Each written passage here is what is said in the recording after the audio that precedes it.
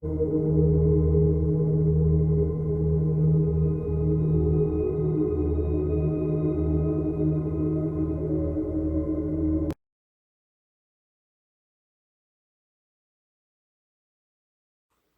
iremos iniciar agora o projeto A Ponte, uma construção geometricamente analítica. Para a implementação desse projeto, a gente vai usar os conceitos aprendidos em geometria analítica, qual o principal foco será nos vetores, como distância entre vetores, ângulo entre vetores e distância de um ponto a outro. Com toda a base de conhecimento em geometria analítica, iremos poder iniciar um projeto chamado A Ponte, no estilo Parker. Então vamos lá. Olá, me chamo Rafael, sou aluno de licenciatura em Física pela UFSCar e hoje eu vou mostrar como conseguimos encontrar todas as coordenadas e o comprimento das barras do projeto A Ponte.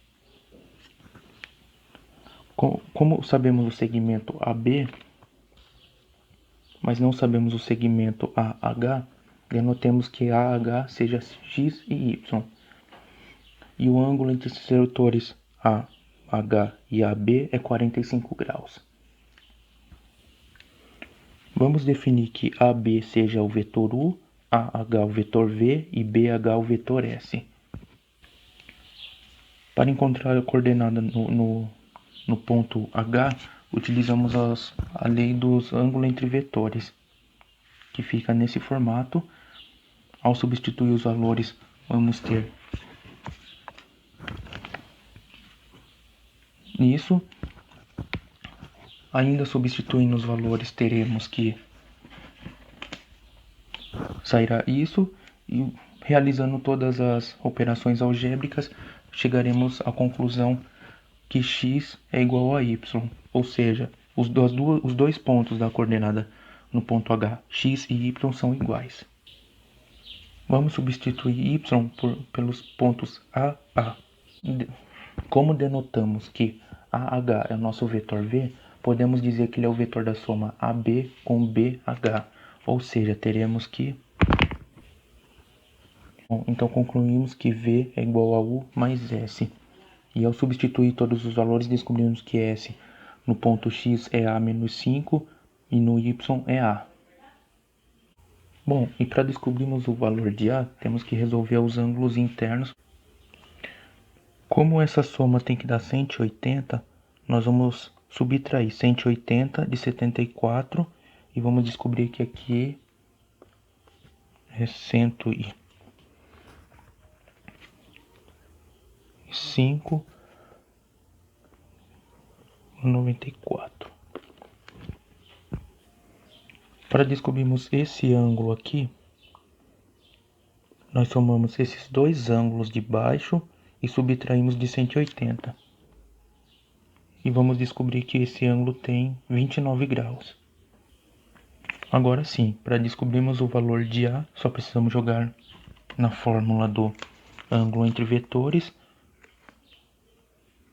E teremos isso como resultado. Ao fazer todas as operações algébricas, teremos que A é igual a 7. Ou seja, o vetor V, no caso que seria a coordenada H, é 7,7. Para encontrar todas as coordenadas H, L, K, I e G, vamos seguir o mesmo raciocínio e vamos chegar que essas são as coordenadas. Bem, agora nós vamos encontrar o comprimento de todas as barras. Como a gente sabe a maioria dos vetores, ou seja, as coordenadas de cada um desses pontos, H, J, L, K, I e G, ou alguns de baixos, os pontos de baixo, para descobrirmos os valores de comprimento de todas as barras, como temos a maioria dos vetores, podemos simplesmente tirar o módulo entre eles.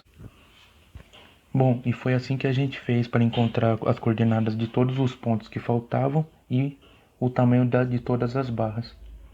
Obrigado. Olá, meu nome é Igor e eu vou dar prosseguimento na apresentação do projeto A Ponte, uma construção geometricamente analítica. Então vamos lá. Para começar, a gente vai estabelecer o seguinte, que todas as barras estão sob tração. O que isso significa? Significa que todas as barras têm as forças saindo do nó. Por que a gente vai fazer isso? porque quando fizermos isso, supondo que todas as forças saem do nó, ao finalizar toda a conta e colocar em um sistema, a hora que a gente obtiver os resultados, caso o valor das forças seja um positivo, ou seja, maior do que zero, isso implicará que as barras realmente estão tracionadas.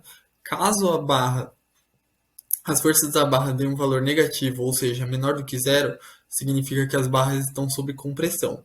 Então, vamos para o próximo passo. Após isso, após estabelecermos que todas as barras estão sob tração, vamos encontrar o ângulo. Então, a gente adotou o ângulo H, o nó H aqui para a gente representar como vai ser feito o processo para todos os outros nós. Esse vai ser o nosso nó de referência. Então, vamos estabelecer um eixo em Y e em X, um eixo imaginário. E agora a gente vai encontrar o ângulo desse vetor da força FHJ. Então, o cosseno de θ vai ser o vetor HJ. Esse vetor a gente já sabe quem é. Agora a gente imagina um vetor com um movimento apenas em X, que no caso seria um movimento aqui, para a gente pegar a angulação. Agora a gente entende que cosseno de θ vai ser igual a 20,556. Feito isso, a gente vai encontrar os ângulos restantes para a gente poder decompor as forças. Então, o ângulo desse aqui, basta achar o suplementar, já que a gente já possui o ângulo de 74,054 graus. Traçando uma perpendicular ao plano de X, a gente entende que isso daqui forma um ângulo de 90 graus. Fazendo isso, a gente encontra o suplementar, que é exatamente 15,945. A gente deu uma arredondada para 9,46.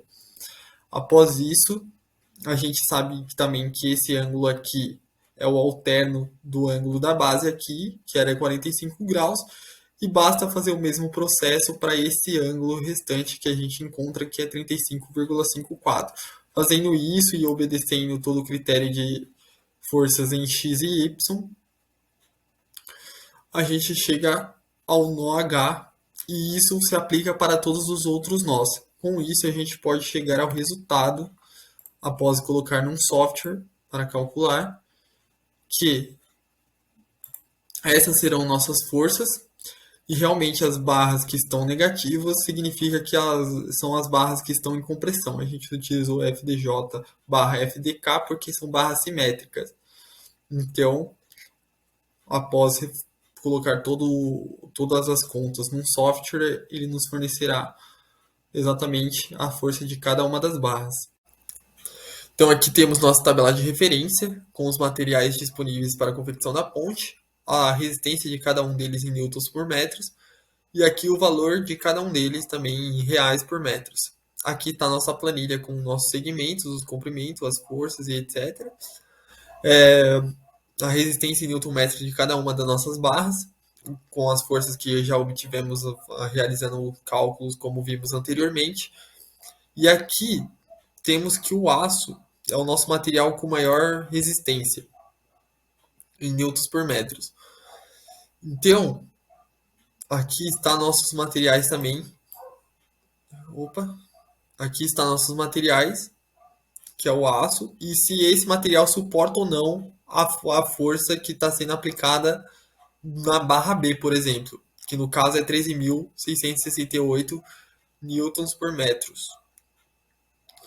Aqui aparece que não está sendo suportado. Por quê? Porque a força em newton metro do aço é de 11.000 newtons por metro. E a força necessária para que seja possível a confecção da ponte nesse ponto, nessa barra, é de 13.000. Ou seja, excede muito a força para que seja possível a confecção da ponte. Portanto, a gente chega à conclusão que, dados os materiais que possuímos, a realização ou a confecção da ponte se torna inviável, porque em alguns pontos, nem mesmo o material mais resistente suportaria a força que está sendo aplicada nessas barras.